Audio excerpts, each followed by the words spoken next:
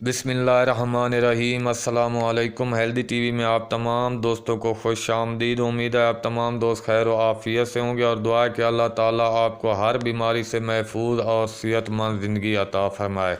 आज की वीडियो में जो नुस्खा आप दोस्तों के साथ शेयर कर रहा हूँ, ये मैदे के लिए मुजर्रब कदीमी लाजवाब नुस्खा है। पहले भी मैं 2-3 नुस्खे ऐसे शेयर कर चुका हूँ। बहुत से लोगों ने उन नुस्खे से फ़वायद हासिल किए और अब भी हासिल कर रहे हैं।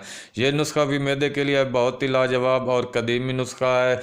मुंह में पानी का जमा हो जाना, तोशदिकार, बदहजमी, गैस, भूख का ना लगना, पेट में दर्द, दिल का ख़राब हो जाना, बेचैनी मैदे की वजह से, जिस्मानी कमज़ोरी, सर में दर्द, दस्त, मोशन, कब्ज़ी, दिल की धड़कन का तेज़ हो जाना, सीने पे जलन, चेहरे पे सुर्ख निशानात, मैदे की वजह से ज़बान पे ज़ख़म, मैदे की वजह से ज़बान के ज़ायक़ा का ख़राब हो जाना, तो इन तमाम अमराज में ये नुस्खा बेहतरीन नुस्खा है। आप इस्तेमाल करें, आप लोग दुआएं देंगे। इसके साथ साथ बेवक्त खाना खाना और खानों में ऐसी चीज़ों का इस्तेमाल करना जो देर हज़म और उनके ऊपर ठंडा पानी पीना, तो इन तमाम हालात में ये नुस्खा बेहतरीन लाजवाब नुस्खा है। मैं समझता हूँ इस नुस्खे का, इस सफ़ूफ का हर घर में होना ज़रूरी है। तो नुस्खा बताने से पहले आप दोस्तों से गुजारिश है कि अगर आपने हमारे चैनल को सब्सक्राइब नहीं किया तो सेहतमंद जवान रहने के लिए हेल्दी टीवी को सब्सक्राइब करना बिल्कुल ना भूलिएगा।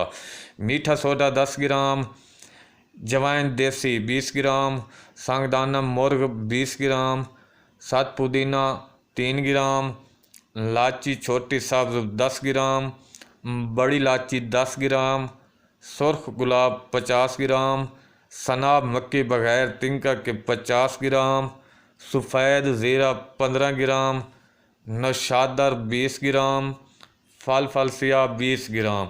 इन तमाम अशिया का आपने सफ़ूफ बना लेना है और सुबह शाम खाना खाने के आधा घंटे बाद 1 चम्मच पानी के साथ आपने इसको इस्तेमाल करना है।